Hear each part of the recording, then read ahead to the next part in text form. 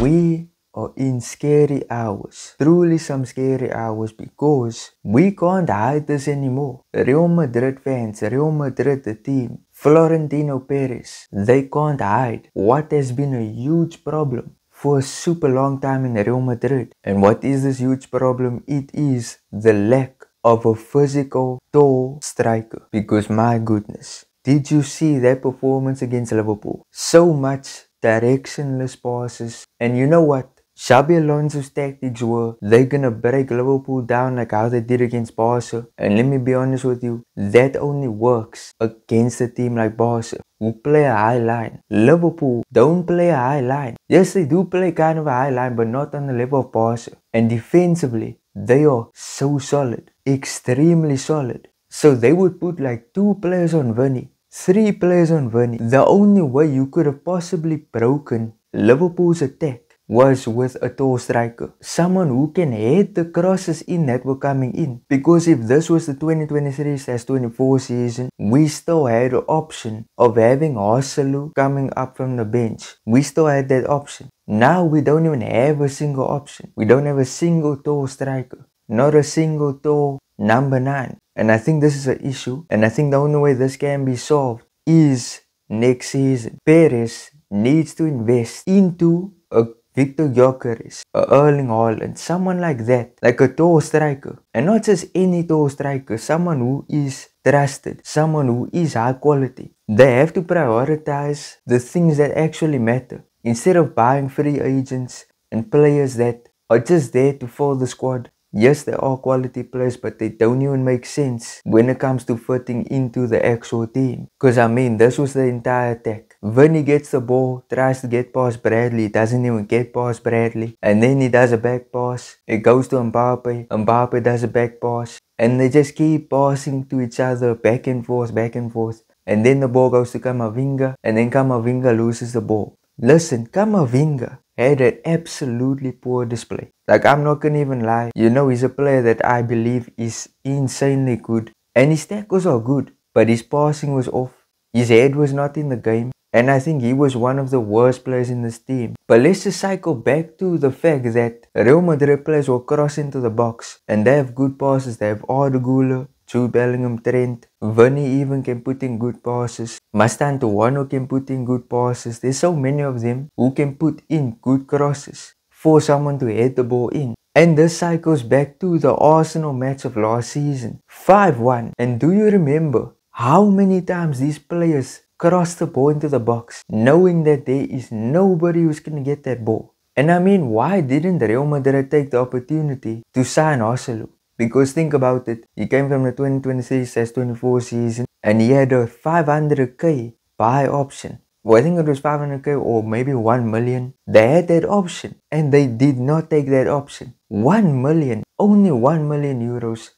But you know what, he was old, we can make excuses. But their excuse for not keeping Harselu was the fact that they signed Endrick. Endrick, who in my opinion is not a proper striker. He's too short and he has all of the tools to be a winger or even a central attacking midfielder or just a centre forward. I mean, we've had good short centre forwards, but you can't replace someone like Harselu with someone like Endrick. It just makes absolutely no sense. And you know, we're talking about headers and all these things. Liverpool beat Real Madrid with a header. Matter of fact, they should have won by even more than 1 goal. They should have won by like 5-0, 6-0. And Thibaut Courtois was the only thing keeping this team into the game. The only thing. The defenders were poor, and you know what, they are vulnerable when it comes to set pieces. But I felt like the defense, I'm not gonna criticize them too much because they were quite decent. They defended throughout. But I mean, something just was not clicking. I don't know even who we should blame.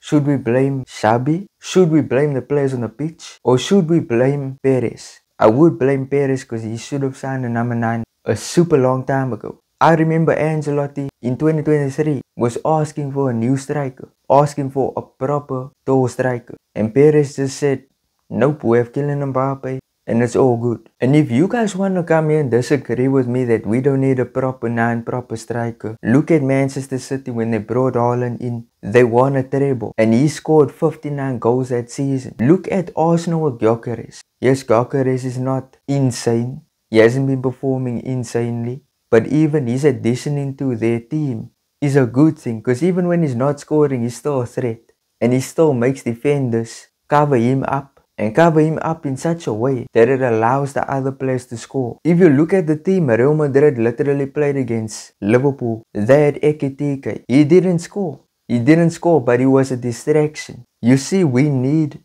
even if he's not a good player, even if he's not a very threatening player, at least get someone who can be a distraction. But at the moment, it's like they're just depending on miracles. Like they're just depending on individual brilliance, and it's gonna get this team nowhere. I think we can win trophies this season, but I think our best hope for winning a treble is next season, when Perez finally decides, if he even decides, to sign a tall striker. But let's now get into the actual players who played in the match. Let's get into their performances. Let us speak about Vini Jr. Vini Jr. completely got just full-blown neutralized, full-blown destroyed by Conor Bradley. It's actually insane, and I don't even know what else to say. He was completely quiet, no creativity on his side, and I mean, I don't know what's happening with Vini. That's my honest opinion. We can just hope and pray that he's gonna come back to his old form, but he's not that guy anymore. We move on to Kylian Mbappe, someone who I thought would have gotten his revenge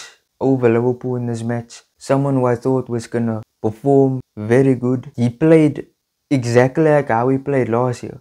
Like there was no improvement. He's been great this season, but this was definitely one of his worst performances. We now go on to Arda Güler. Arda Güler, in my opinion, I saw a lot of things that was kind of problematic. He had a big chance, a one-on-one with the keeper, but Mbappe was next to him. And because of his generosity and the way he always assists to Kylian Mbappe, I think he just forgot that he can take a shot and decided to look for a pass for Mbappe. So he completely missed that opportunity. Even Mbappe was like, why didn't you take the shot? But I think obviously it's a player that's still learning, and it is what it is. I will say the two best players in this match, they completely carried this team. The first one I'm going to mention, Thibaut Courtois. This guy was insane. Thibaut Courtois is the best goalkeeper in the world. And honestly, I'm going to say for Lunen's case, Lunen has to leave. Courtois, I don't think this guy will ever get out of his prime. He played like how he played against Liverpool in 2022. Top class, world class. Then the second player is Jude Bellingham. Bellingham was the best player, the best outfield player in this game. Like he just played with full heart, full determination. He was making good tackles. He was creating. He even had some shots on goal. But that is my thoughts. Tell me your thoughts in the comment section. Tell me everything you think about this team. What you think needs to be fixed. I will be reading, will be responding. But if you enjoyed, smash like, subscribe, turn on notifications. Peace out.